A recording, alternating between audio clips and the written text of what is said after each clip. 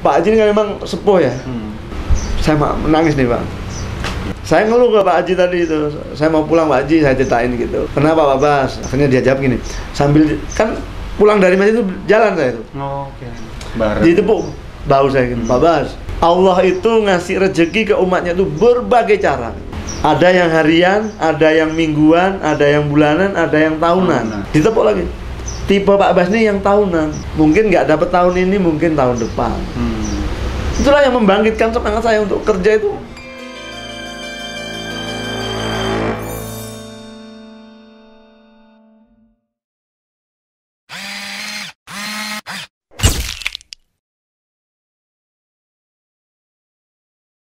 Di Insider tidak ada yang mudah dalam hidup, sehingga untuk mendapatkan keberhasilan kita semua harus melalui banyak rintangan dan harus tetap tough ya. Dan ini telah dicontohkan oleh Bapak Baskoro, sehingga hasil keringat jeripaya beliau berbuah saat ini.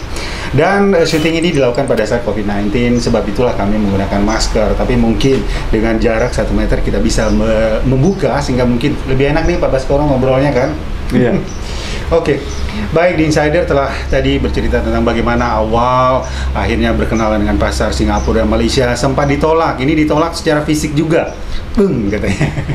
Tapi alhamdulillah dengan ketabahan, keikhlasan akhirnya berbuah. Dan kemudian saya juga pengen tanya sih sebenarnya Pak Baskoro, kan tentunya banyak sih orang-orang yang berjasa di balik kesuksesan seorang Bapak Baskoro. Selain tadi menyebutkan istri, keluarga, apakah ada orang-orang lain nih Pak yang pernah mampir dalam kehidupan Bapak dan memiliki arti sehingga perjalanan hidup Bapak akhirnya sampai di titik ini? Jadi memang usaha saya ini saya rintis kan dari 2006. Tapi ya dengan saya sendiri tanpa dipoles oleh istilahnya manajemen yang bagus gitu. Jadi ketika saya memang waktu baca koran, ada kesempatan waktu itu untuk tes menjadi binaan Bank Indonesia. Tapi di Bank Indonesia kerjasama dengan Batam Post Entrepreneur School kan. Jadi kemudian saya 30 peserta lah. Itu mengikuti pelatihan di Batam Post, tapi yang mensupport yaitu Bank Indonesia. Jadi itu dikasih pelatihan lah selama 1 bulan. Ini pelatihan manajerial, macam-macam, permodalan. Iya. Semua. Jadi terus terang dari 2013 saya dikenalin yaitu yang di Batam Post Entrepreneur School itu diajarin tentang manajemen yang benar, marketing yang benar, bagaimana caranya. Akhirnya ya itulah Bu Lisa itu yang selalu mensupport saya, memberikan dukungan moral luar biasa. Memang Bu Lisa luar biasa, memang dukungannya luar biasa sama saya. Sampai bahkan kalau Bu Lisa datang ke saya itu sampai marah kalau nengok tempat saya itu. Kata, Pak Bas, kenapa masih seperti ini terus? Jadi yang maksudnya Bu Lisa itu lantai bawah ini tuh dibikin galeri gitu loh. Etalase Pak, panjang gitu ya. Tapi memang dari tahun 2013 sampai kemarin tuh saya masih punya tanggungan.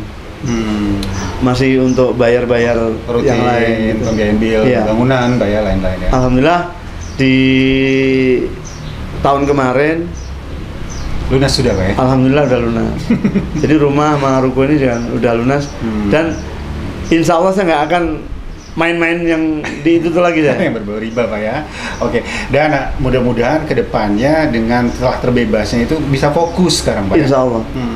Tadi sudah disebutkan ada Batam Entrepreneurship School, kemudian ada juga Binaan Bank Indonesia, dan kemudian kalau secara pribadi Pak, ada nggak orang-orang selain daripada istri pasti selalu mensupport kan keluarga, ada nggak orang-orang lain Pak yang mungkin memiliki arti penting dalam perjalanan karir kerja? Iya, karena gini, terus terang aja di bidang ini saya jahit aja nggak bisa. Tapi sekarang udah tahu gitu ya? Tapi kalau ada jahitan yang nggak bener ya saya tahu. Jadi jadi orang-orang yang mensupport saya ya terus terang tukang potong saya, tukang jahit saya, yang orang-orang di sekeliling yang sehari-hari kerja sama saya. Karena sebanyak apapun kerjaan yang saya dapetin, tanpa tukang potong saya atau apa tukang jahit saya yang dia juga kerja yang bagus, bagaimana saya bisa dapat orderan lagi? Oh, masalah. Untuk itulah sehingga Bapak Basid ya, di sana. Pak Basid namanya Pak? Pak Rasid. Pak Rasid bertahan hingga kini, Pak ya? Pak Rasid mungkin udah 12 tahun. Oh, Masya Allah. Kalau Pak Dadang? Pak Dadang setahun ya? Oh, tapi dia senyum terus dari tadi, Pak. Kayaknya betah ya. Oh, gitu Pak ya. Jadi menganggap orang-orang yang bekerja bersama Bapak adalah keluarga. Iya. Sehingga semua orang bekerja senang, hasil produk pun mungkin bagus Pak ya, karena bekerja dengan cinta. Iya. Karena memang ya saya kembali ke diri saya lah. Seandainya saya pas jadi karyawan, saya dulu kan juga dari karyawan dulu.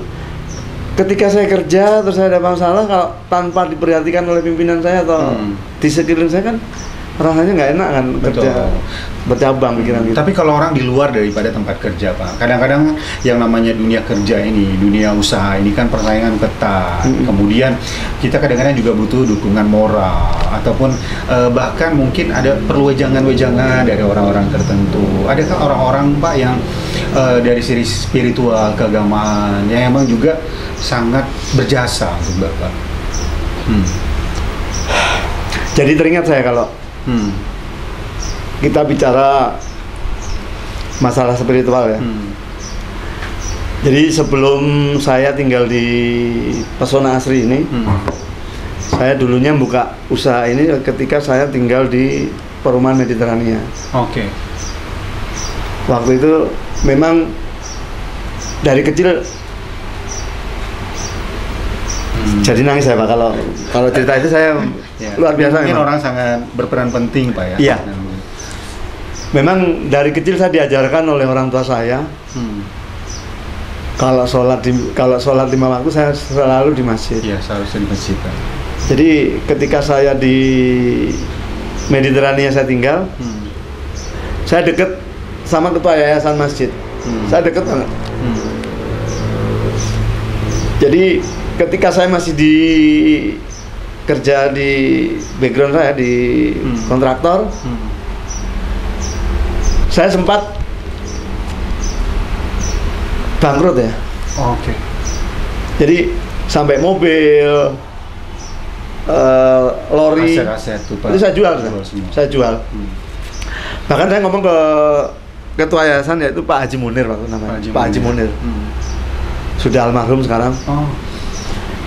Saya bilang, Pak Haji, mungkin saya mau pulang kampung Pak Haji. Saya pamit ya Pak.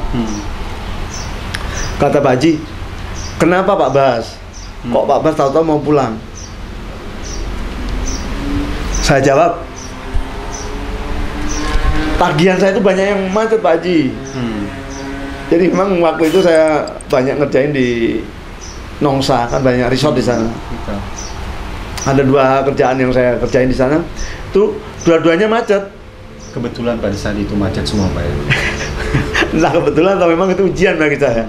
Jadi saya ngeluh ke Pak Haji tadi itu, saya mau pulang Pak Haji, saya ceritain gitu. Kenapa Pak Bas?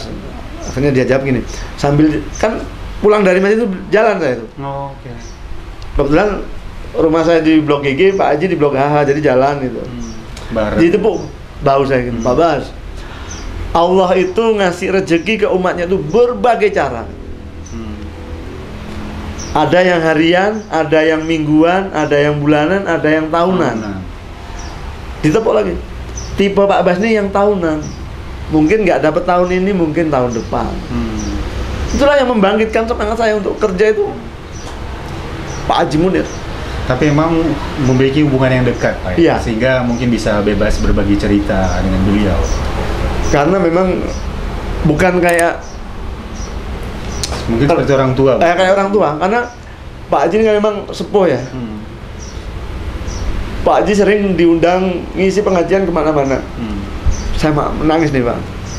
Ya, kenangan lalu Pak ya dengan orang-orang penting dalam hidup ya. Jadi kalau Pak Haji itu diundang pengajian, contoh yang masih terngiang lah di pikiran saya itu.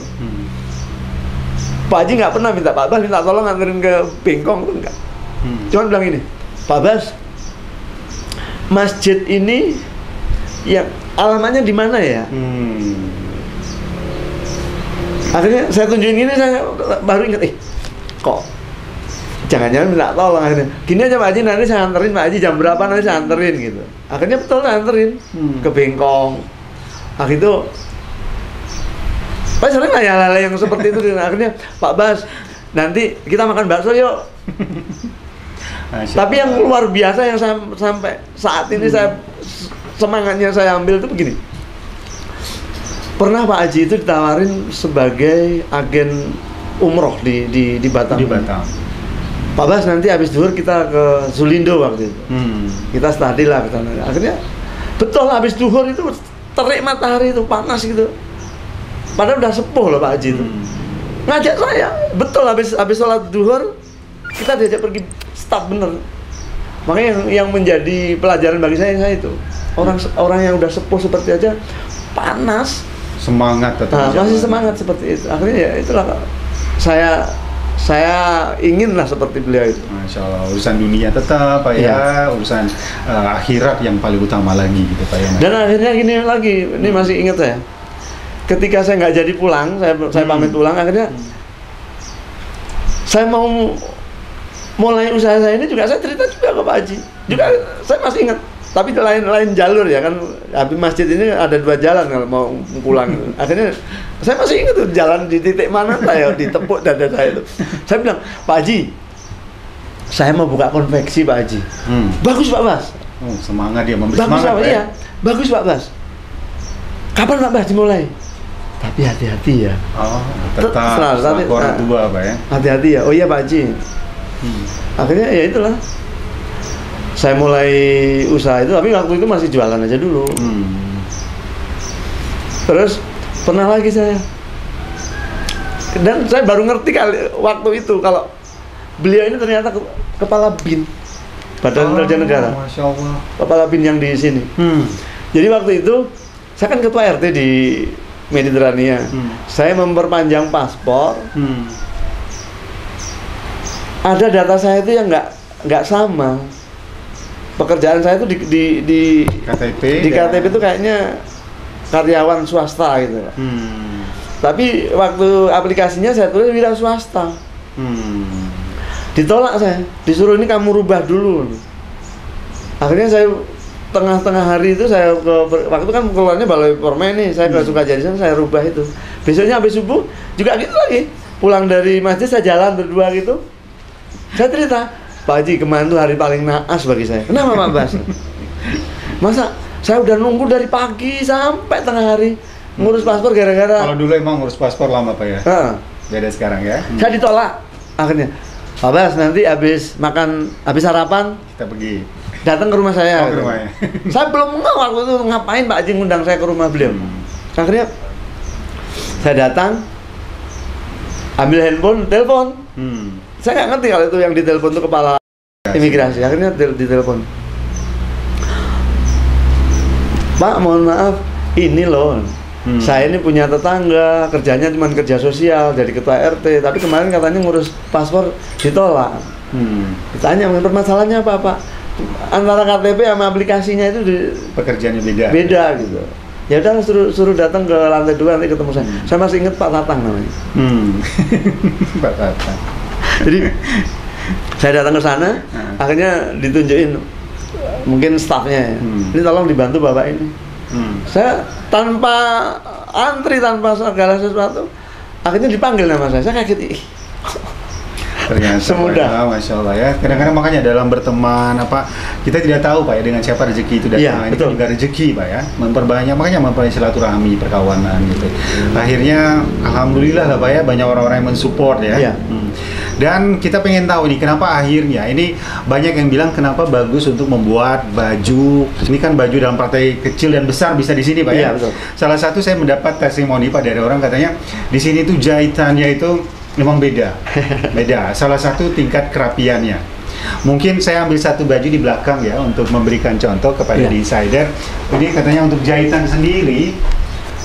Yang ini Insider yang mana Pak? Batik dulu. Oh, batik ya. Oh, batik. Jadi di sini selain baju-baju Melayu, juga baju-baju seragam, uniform juga bisa ditempah, istilahnya Pak ya, bisa dibuat di sini.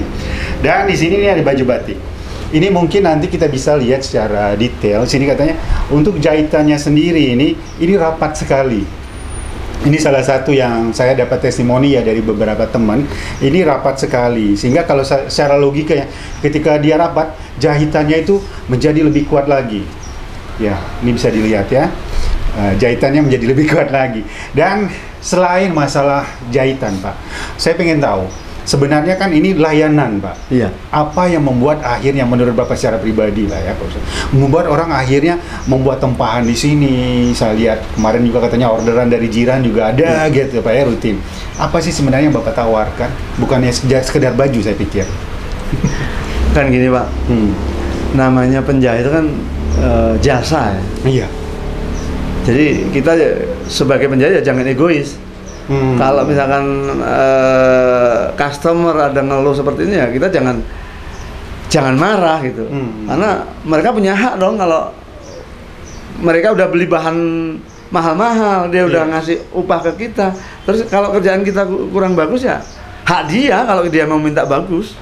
Makanya kita harus layani. Jadi saya memang pernah, Mas Rifsi, pernah saya itu ganti baju sampai 3 juta saya. Ganti baju 3 juta? Iya, bahan itu, dia marah. Karena salah potong. Salah potong? Iya. Jadi motifnya salah gitu. Okay. Jadi mereka komplain, ya saya ganti. Tapi kan bagi saya, kan ganti saat itu aja. Betul. Yang penting untuk kedepannya mereka masih datang ke saya lagi. Itulah resiko yang harus diambil untuk tetap menjaga pelanggan. Betul. Ya? Okay. Tapi kalau mereka komplain ini terus kita nggak layani, kita nggak mau ganti, besok nggak akan datang lagi. Masalah.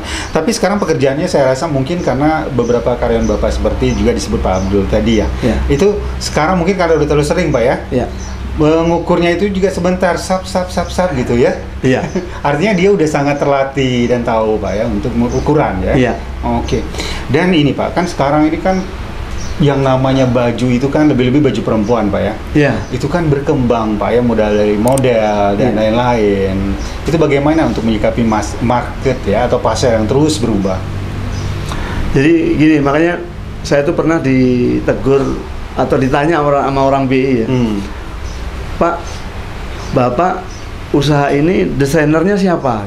Oh, desainernya. Desainernya siapa? Saya bilang, saya nggak punya desainer. Loh, masa Bapak udah ke Malaysia, udah ke Singapura, sampai udah bahkan ke Thailand, Bapak nggak punya desainer? Akhirnya saya bilang, Pak, kan memang segala bentuk jahitan atau model baju kami bisa ngerjain. Tapi kan saya ini kan mengedepankan baju-baju Melayu. Kalau baju-baju Melayu ini kan, kalau baju perempuan kan adanya cuma ada 5 model aja. Oke. Baju kurung Melayu, terus pisak pahang, pisak pahang, terus pisak gantung, kurung modern, terus satu lagi mini kurung. Mini kurung. Iya. Oh. Jadi modelnya masih seputaran itu aja. Kalau perempuan itu aja, itu aja, 5 itu aja. Iya. Cuman karena saya sering ikut-ikut pameran kemana-mana kan, saya akhirnya, oh kalau baju pisak pahang itu kalau dimodif dengan ini kan cocok gitu. Akhirnya kadang saya tambah manik-manik di kerahnya gitu kan. Ya, kalau kita bicara baju Melayu khususnya perempuan, justru di minimal itulah letak kesempurnaannya, Pak ya. Menarik gitu kan, jadi tidak terlalu ribet, Pak ya. Oke, Masya Allah. Jadi di Insider banyak kali lakukan, salah satu itu Pak, juga turut memahami pasar, Pak ya. Oke. Dan tadi Bapak juga bercerita tentang mengikuti sejumlah pameran. Ini ini loh, di sini juga ada satu foto yang ingin saya tunjukkan. Ini adalah Bapak Abdun Baskoro Cahyo, owner Kisti Collection. Bisa diceritakan, Kisti itu sebenarnya dari mana sih namanya, Pak? Ini disebutkan juga sedang menjelaskan tentang produknya, kepada seseorang nih, ada lihat seorang, dan seorang ini bukan orang sembarangan, beliau adalah menteri, bahkan menteri di Singapura sendiri. Di sini disebutkan Menteri Heng Swee Keat, beliau adalah menteri pendidikan. Masya Allah, tidak sembarang orang bisa ketemu dengan menteri. Ini Pak Kisti dulu deh. Iya. Kisti itu apa sih Pak artinya? Jadi sebenarnya yang memberi nama ini istri saya. Oke, orang rumah ya? Iya. Saya nggak pernah nyebut istri saya orang rumah. Oh, bukan orang rumah Pak, tetap istri yang tersayang ya. Penghargaan pada istri Pak ya. Oke. Jadi istrinya nggak tahu kira-kira mau dikasih nama apa nih usaha kita ini. Tahu istri udah bikin aja Kisti Collection gitu. Terus saya tanya, Kisti itu apa? Pokoknya indah aja, nggak ada artinya sebenarnya. Sampai sekarang nggak tahu di artinya rahasia Kisti beliau Pak ya. Iya. Dan memang pernah saya salah penulisan ya. Saya tulis Kisti T-nya itu pakai I. Oke. Ternyata masih dikoreksi suruh pakai Y. Y. Oke. Jadi biarlah menjadi rahasia Pak ya. Betul. Rahasia istri, menjadi kebanggaan istri itu. Oke. Ini kan pameran bersama dengan orang penting Pak ya. Iya. Di banyak orang penting selain menteri yang pernah ditemui. Saya sebenarnya ada waktu di Jakarta, waktu itu saya ikut Festival Ekonomi Syariah. Juga pernah ikut KKI, Karya Kreatif Indonesia.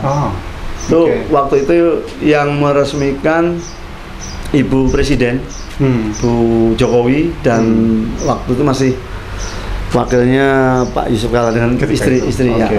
Jadi sempat saya juga baru ngeh kalau ternyata Bu Yusuf Kalla itu orang Padang. Oh, sama orang rumah? Oh, bukan orang rumah, istri. Sama-sama orang Padang. Oke. Jadi ngeh gitu, dari kejauhan langsung tanya, ini polanya bagaimana gitu. Iya, ini kok ketemunya begini-begini. Akhirnya ya saya bilang dari jauh-jauh. Iya, dari jauh itu. Akhirnya kok langsung nunjuk yang model pisak pahang tadi gitu. Oke. Jadi saya bilang, ini pisak pahang Ibu. Kronologinya saya kurang tahu banget, cuman pahang itu kan ada di Malaysia ya. Betul. Mungkin orang-orang Malaysia Pahang itu yang mengenakan baju itu. Akhirnya saya terangin ini pisak Pahang. Satu lagi yang ini pisak gantung. Perbedaannya sebenarnya sama-sama yang di sini aja. Kalau pinggirnya Pak. Ini namanya pisak kan. Ini pisak. Cuman kalau yang pisak Pahang itu antara depan sama belakang ini dia kalau Pahang nyatu. Oke. Tapi kalau yang pisak gantung sini diputus. Untuk tambahannya yang di sini. Mungkin Pahang sendiri kalau nggak salah secara geografisnya tidak jauh dari Padang Pak ya kalau nggak salah ya. Sehingga di Pahang itu sendiri katanya banyak juga turunan Padang berada di sana. Iya. Oke. Masya Allah. Jadi itulah beberapa produk yang di offer ataupun ditawarkan. Salah satunya yang saya gunakan. Ini kan sekarang pengen semakin populer kan Pak di Kota Batam atau Kepri sendiri. Jadi untuk tanjak-tanjak seperti ini juga bisa Anda order di sini. Iya. Kita akan ngobrol nanti tentang bagaimana sih tentang tanjak, kemudian apa-apa lagi yang bisa Anda dapatkan di sini. Tapi tentunya kita break dulu. Iya. Pak Baskoro, jadi di Insider tetap terus berada di Cun selalu di kanal kami, karena masih akan ada obrolan menarik lainnya untuk Anda, dan kami akan kembali saat lagi.